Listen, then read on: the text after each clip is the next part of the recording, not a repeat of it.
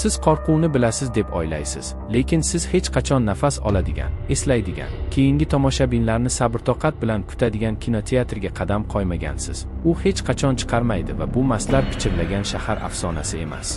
Bu Toshkentning qonli kinoteatrining haqiqiy la'nati, qon va soyaga bo'lgan joy, shahar eshigini yoqib yuborishga urinib ko'rdi.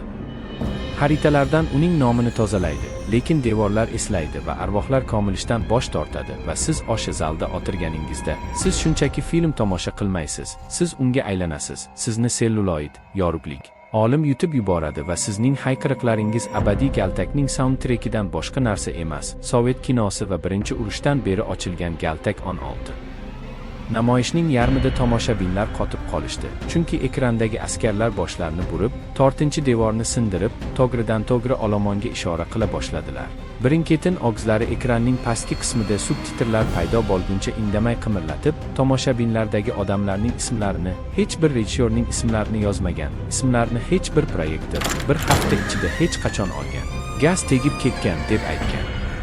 Yiqildi, pichoqlandi, lekin omon qolganlar oz do'stlarni ekranda taqdir tomonidan belgilab qo'yilganini ko'rganliklariga qasam ichdilar va o'sha kechadan keyin kino hech qachon bir xil bo'lmadi. Har bir tomosha dahshat bilan tugadi. Gildiraklar erib ketdi, aktyorlarning ko'zlaridan qon oqdi, o'rindiqlar tebranib ko'rinmas mushtlar bilan tebrandi. Oxir oqibat hukumat yopildi, chunki siz chiyillashdi, hali siz yopib qo'ydi.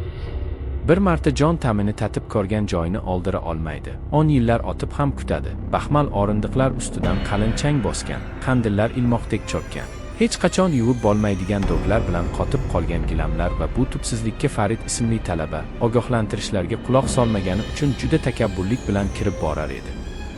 Toshkentning unutilgan kinosi ichida deb nomlangan videoni bosing.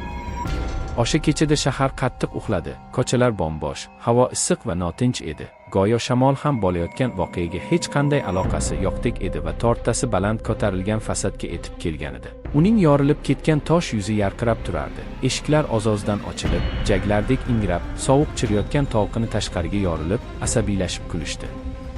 Arvohlar, kino ularni allaqachon davo qilganini anglamagan. Chunki siz o'sha ostonadan o'tganingizdan so'ng hikoya boshlanadi va siz xohlasangiz ham Galtak o'zini o'zi yuklaydi.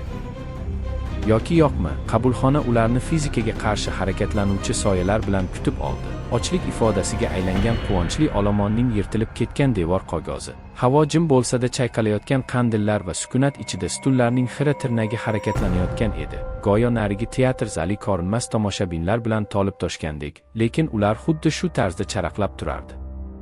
Krematoriydan kul, oyoq kiyimlari shisha ustida gijirlab, rangpar yuzlar aks etgan. Ularning hech biri tanimadi. Oxiri ular zalga kirib kelishdi. Nihoyat, keng, g'or, chiriyotgan hidi va mistay, temirdek shirin, qonga o'xshash narsa va quvvat yo'q bo'lsa-da, proyektor gurillagancha yonib ketdi, o'rindiqni yo'talib yo'taldi.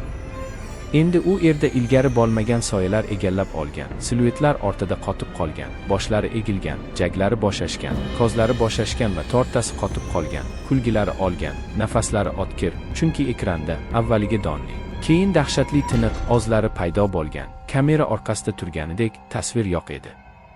Filmda cheksiz aks ettirish aylana boshladi va ular harakat qilishdan oldin Galtak oldinga sakrab chiqdi. Qiz Laylo yugurayotganini ko'rsatdi. Uning qo'lida katta chiqish eshiklari taraqlab yopildi, suyaklari gijirladi. Keyin qora shakl uni sudrab qichqirdi va haqiqatda eshiklar uning qo'li bilan yopildi.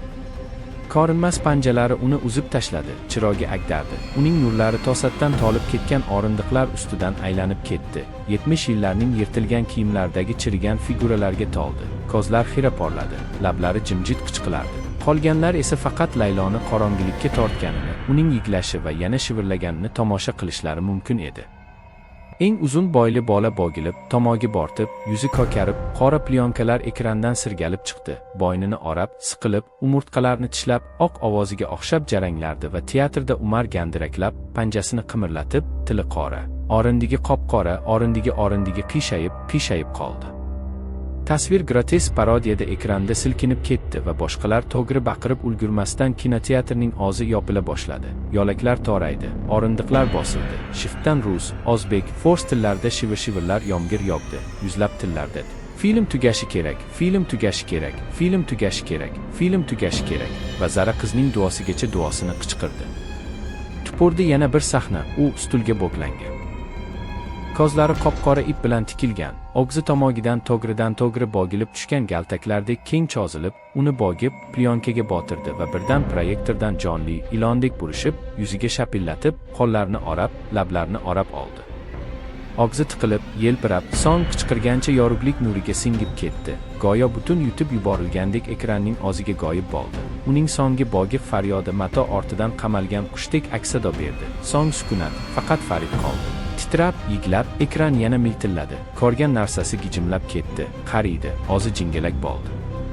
Begonalarni kirmaslik haqida ogohlantirib, sikinni takrorlashga, la'natlangan ogiz bolaga, olimning jonli reklamasi bo'lishga mahkum edi va u qichqirdi. Buni inkor etib, undan xalos bo'lishni iltimos qildi, lekin ekran yaradek kengayib ketdi. Uning chekkasidan qon tomildi, o'rindiqlardagi soyalar ko'tarildi. O'nlab, yuzlab odamlarning ovozi unga qaraydi. Guttural, metallis, kinoning o'zi gapiradi. Film tugaguniga qadar ketolmaysiz va keyin qorong'ilik, sukunat. Farid tongda tashqarida.